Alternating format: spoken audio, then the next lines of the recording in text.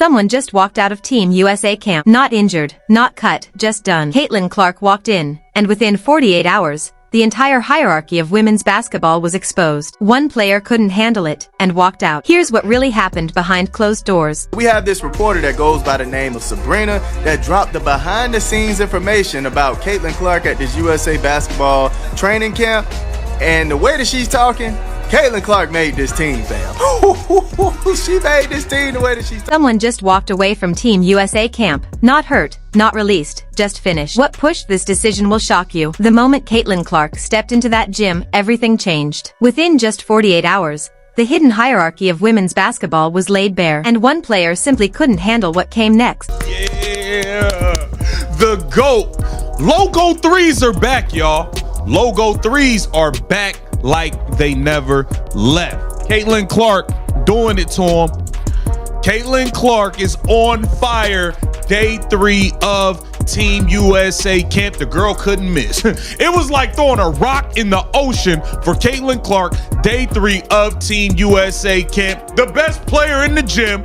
You think you know what really happened, because what the cameras missed was far bigger than anything they showed. And by the time this ends, you'll understand exactly why someone chose to walk away before being completely pushed out. It's time to uncover what truly went down behind closed doors at Team USA's basketball camp, because according to multiple reports, Caitlin Clark. And we wrote about that on the site, just like how people have been perceiving the negotiations and what still affects them and what they're thinking about with regards to the new collective bargaining agreement. But for now, just good time at camp. 3 days in North Carolina.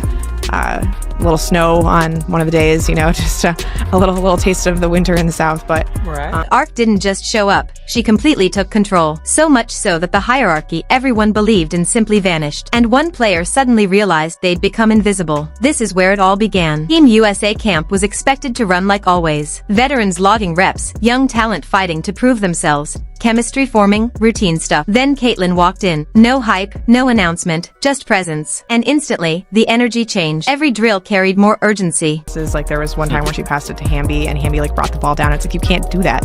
Like, this is not, you have to keep it up, right? Straight up, right.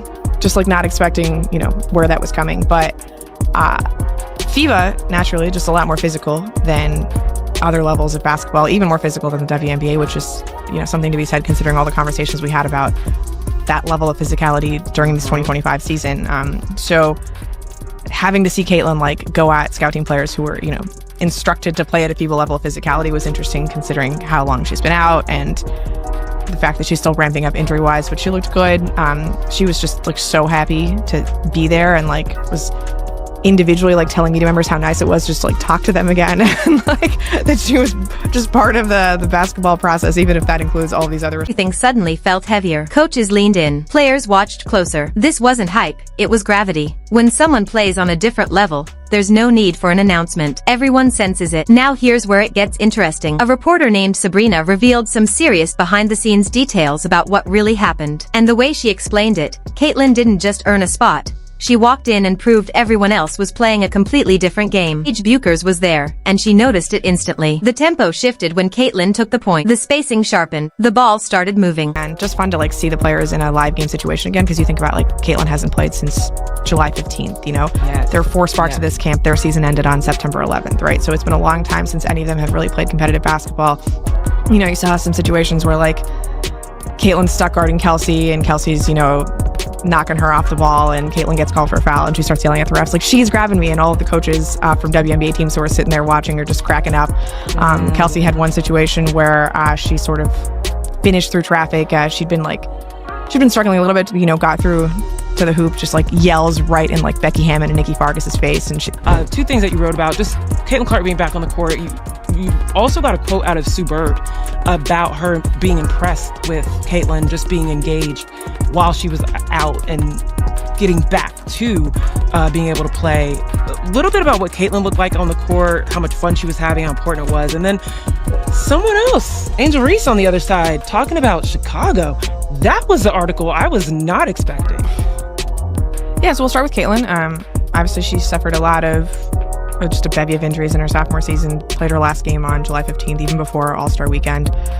This was her first real 5-on-5 action since that injury with the fever, and It was a combination of like USA players going against USA players and then also USA players going against the scout team, which was just like players from small colleges all across North Carolina sort of helping out with that scout team practice. But this is where things really took a turn. Angel Reese was at that camp too, and the pull was undeniable, almost magnetic. Players adjusted their positioning. Coaches started jotting things down. Paige, the elite competitor she is, immediately understood what was unfolding. This wasn't just another skilled guard in the gym. This was someone operating on a completely different frequency. And smart players adjust. They don't resist it, they sync with it. But not everyone saw it that way. And then there was Angel Reese.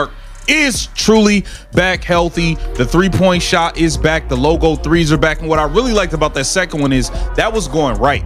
A lot of Caitlin Clark's threes are coming on a snatch back, going backwards, or to the left, or her going left. You know, she liked to go left to shoot her three. So the fact that even though it was a catch and shoot, she was still going on the right side and she caught it and knocked it down.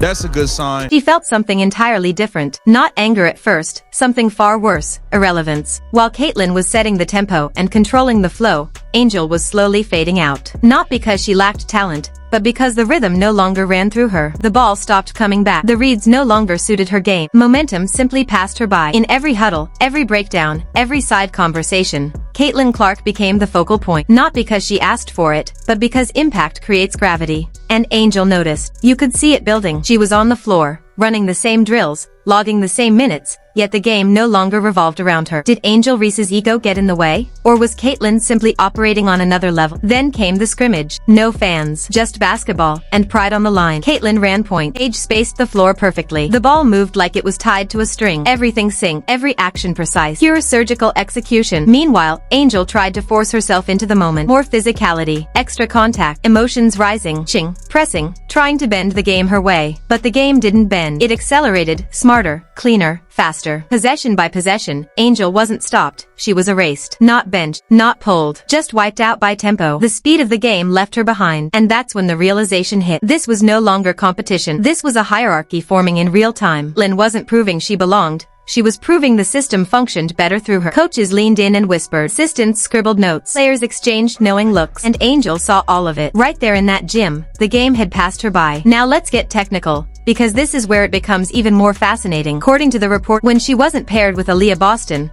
some of the bigs struggled to read her passes. One moment stood out. She passed to Durkika Hamby, and Hamby brought the ball down. A critical mistake. You can't do that with Caitlin's passes. They demand instant action because they're not just accurate. They land perfectly where you need the ball to score. That's the line between a good passer and an elite facilitator. Caitlin doesn't just hand you the ball. She positions it for effortless scoring. If you can't match that precision, you'll look slow. And some players at this camp weren't ready. The reporter noted that FIA basketball is far more physical than the WNBA. Watching Caitlin face scout team players trained to play at FIA level intensity was eye-opening. She didn't shy away from contact. She embraced it and still dominated. That's her mentality. Fearless, prepared, and unstoppable. Here's where the story takes a dramatic twist. The last day of camp fell eerily quiet. And yet, the drills were sharper than ever. The execution was flawless and ruthless. Caitlin commanded the floor like a seasoned veteran, orchestrating every play, directing traffic, and finishing with precision. Meanwhile, Angel barely touched the ball, not as punishment, but because reality dictated it. The game flowed entirely through Caitlin. When the final whistle blew,